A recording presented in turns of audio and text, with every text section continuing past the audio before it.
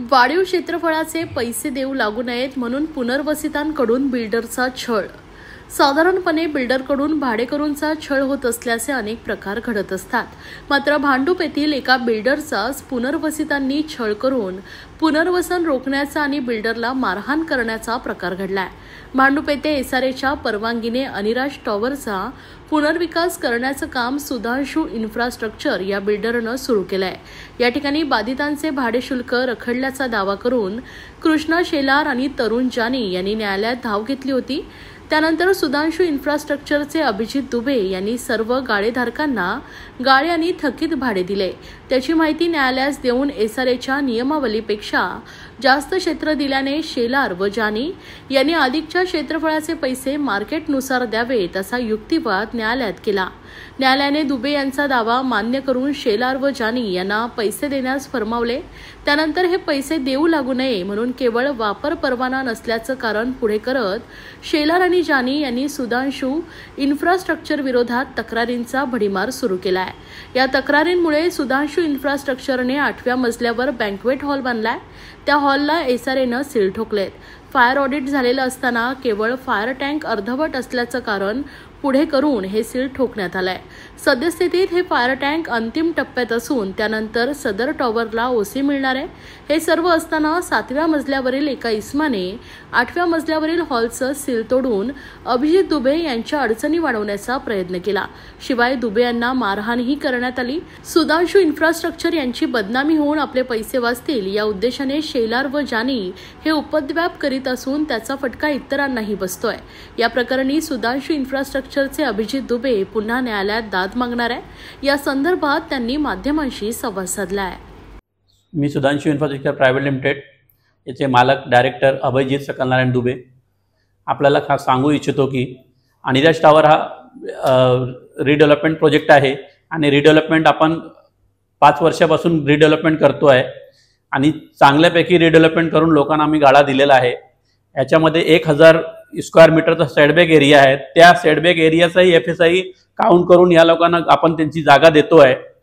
म्हणून तरुण जानी व सेलार यांनी आम्हाला खूप त्रास दिलेला आहे। वारंवार सर्व डिपार्टमेंटला कंप्लेंट करून आम्हाला त्रास दिलेला आहे की प्रोजेक्ट होऊ नये, कारण त्यांना वाढीव क्षेत्र आहे, त्या वाढीव क्षेत्राचे पैसे देऊ नये म्हणून ते मला ब्लॅकमेलिंगचं काम करत आहेत। मी आता फायर टँकचं काम चालू केलेलं आहे। ते काम संपल्यावर लगेच आम्ही 8 माळ्याची ओसी घेऊ आणि सविस्तर सर्व पेपराचे पुरावे आम्ही तुमच्या समोर प्रोड्यूस करू। सर, कोर्टाने काय नेमके आदेश दिले? जेव्हा तुम्ही कोर्टात गेला तर कोर्टाने नेमके काय? कोर्टाने आदेश दिलं की यांचं काय भाडा थकबाकी असेल तर यांना पूर्ण करा व तुम्ही यांचे प्रिमाइसेस यांना पोझिशन देऊन टाका।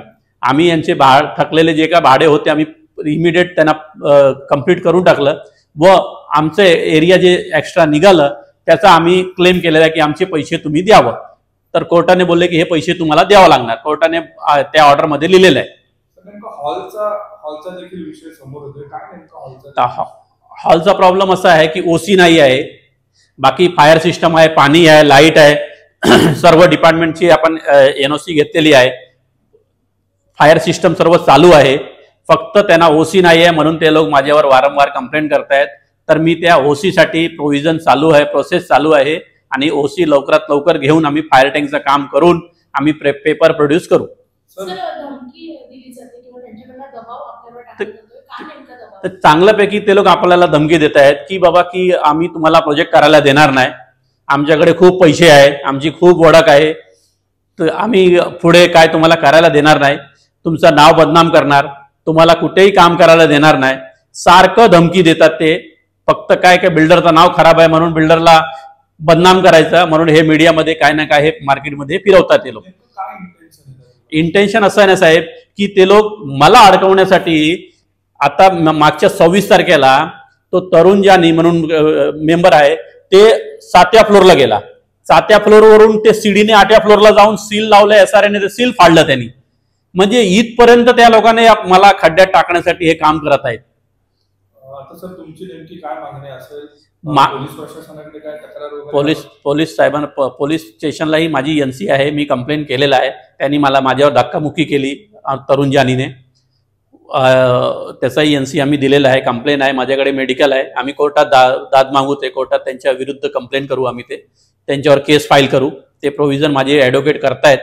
मी प्रशासनाकडे व पोलीस स्टेशनला एवढंच दाद मागतो की एक विकासक म्हणून आणि एक जिम्मेदार विकासक आहे मी भांडूपचा. मी किती कुठून बाहेरून आलेलो नाही आहे, माझा जन्म भांडूपला झालेला आहे. चांगल्यापैकी लोक मला ओळखतात. मी लोकांचा अन्याय करणारा विकासक नाही आहे, मी पडून जाणारा विकासक नाही आहे. मी त्यांचं राहतं घर बांधून देणार आणि त्यांचं पूर्ण रेंट पूर्ण क्लिअर करणार असा व्यक्ती नाही की मी पडून जाणारा आणि लोकांना रस्त्यावर सोडणार. असं होऊ शकत नाही. 1 ते 1.5 महिन्यापर्यंत 8 माळ्याची ओसी येईल. त्या ओसी आल्या की लगेच वरती काम चालू होणार. कारण ते मला माल डंप करण्यासाठी इथे कुठेही जागा नाहीये. तुम्ही बघताय की ते ओपन स्पेस एकदम नाहीये, 0 आहे.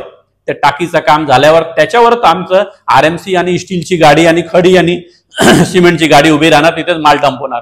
तिकडनं आम्ही वरती काम करणार. या बिल्डिंगमध्ये ओपन स्पेस 0 आहे.